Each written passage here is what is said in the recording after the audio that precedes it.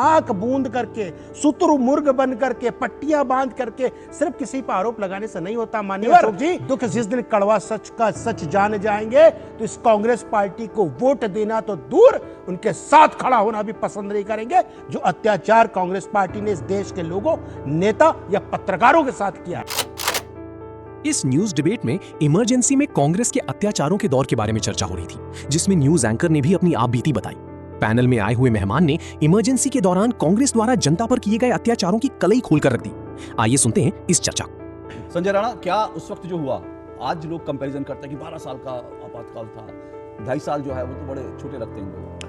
तकरीबन 2 करोड़ लोगों की नसबंदी आपको पता है, और उस जमाने में हिंदुओं की नसबंदी की जा रही थी, मुसलमान महिलाओं को बच्चा पैदा करने में 6,000 रुपए दिया जा रहा था। तो सोचिए किस तरह का अन्याय हो रहा था। बाकी चीजें लोगों ने बता दिया।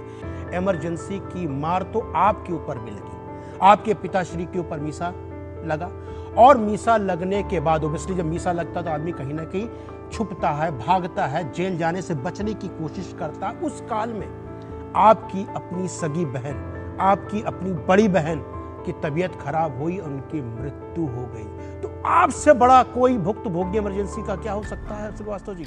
आप सोचिए अशोक जी, आप एक इमरजेंसी के जीते जागते एक तरह से भुक्तभोगी हैं, और उसको कोई झुटला नहीं सकता, क्योंकि आपने देखा है उस तकलीफ को, अपनी बहन को देखा, अपने पिताजी पे हुए अत्याचारों को देखा, अपने पिताजी के जो ऊपर जो चीजें हो रही थी उसको महसूस किया, अपने जीवन काल में महसूस किया। मैं तो पैदा नहीं हुआ था। संजय जी, आपने, क्योंकि इस आज की डिबेट का विषय मैं हूं, इसलिए मुझे लगा कि सब लोग अपनी बात रखेंगे, लेकिन एक जो संजय जी ने कहा वो आप जानते हैं, मैंने कई इस पर ब्लॉग भी लिखे हैं।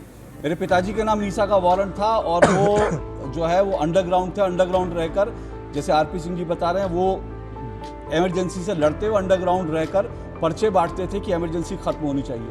और उसी दौरान मेरी बहन जो है वो थोड़ी सी जली, हॉस्पिटल गई, और डॉक्टरों ने मौके का फ़ायदा उठाकर उन्हें नकली खून चढ़ा दिया, और मेरी सबसे बड़ी बहन जो है वो इमरजेंसी की भेंट चढ़ गई, दुनिया से उनको जाना पड़ा। तो ऐसे अकेला मैं नहीं हूँ, ऐसे दर्द सबने झेले हैं। इसीलिए मुझे लगता है आज जो लोग कहते हैं ना कि संविधान खतरे में है, तो मुझे ये सब मजाक लगता है। उन्होंने झेला नहीं, देखा नहीं। बिल्कुल नहीं। और संविधान कैसे खतरे में? लोग ईडी की बात कर रहे हैं, उन्होंने इलेक्शन कमीशन की बात करी, इंदिरा जी की बात करें। कभी कभी रिसर्च करके आना चाहिए। इंदिरा गांधी जी ने एक ऐसे व्यक्ति को चीफ जस्टिस बना दिया था, वो जो वकील भी नहीं था, और उसको बनाया, हटाया, राज्यसभा बना, फिर बनाया, फिर बैठाया। और इलेक्शन कमीशन पे आप जाते हैं, मैं बताता हूँ, इलेक्शन कमीशन टीएन सेशन बड़े आदरणीय थे। राज्यसभा किसने भेजा? कांग्रेस ने। गिल साहब को किसने मंत्री बनाया? आपके। पवन चावला साहब को कैसे बना के कैसे चुनाव को पलटा गया? नवीन चावला जी को कैसे बना के पलटा गया, सबको पता। देखिए, आरोप लगाना बड़ा आसान है आज के दिन में। अभी हम आने से, आपके डिबेट में आने से पहले सब लोग हल्ला मचा रहे थे कि मिनिस्ट्री ऑफ एक्सटर्नल अफेयर ने बोल दिया था कि passport is not a valid document.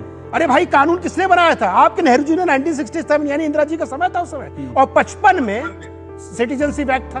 तो भैया, कानून तो सब आपके जमाने में था। आंख बूंद करके, शुतुरमुर्ग बन करके, पट्टियां बांध करके सिर्फ किसी पर आरोप लगाने से नहीं होता। मान्यवर, दुख इस बात की है कि आज के लोग पढ़ते नहीं हैं। दुख इस बात का है, लोग आज के बारे, कल की जो बीती हुई कड़वा सच है उसको लोग जानते नहीं। अशोक जी, जिस दिन कड़वा सच का सच जान जाएंगे तो इस कांग्रेस पार्टी को वोट देना तो दूर, उनके साथ खड़ा होना भी पसंद नहीं करेंगे। जो अत्याचार कांग्रेस पार्टी ने इस देश के लोगों, नेता या पत्रकारों के साथ किया है, कभी भी बुरे दिन भूलना नहीं चाहिए। और इससे बुरा दिन इस देश में कभी नहीं आया आजादी के बाद। इमरजेंसी का दौर संविधान और लोकतांत्रिक मूल्यों पर सबसे बड़ा हमला था। उस समय कांग्रेस सरकार के दौरान जनता पर व्यापक अत्याचार हुए, पर आज देश में लोकतंत्र है और संविधान भी सुरक्षित है।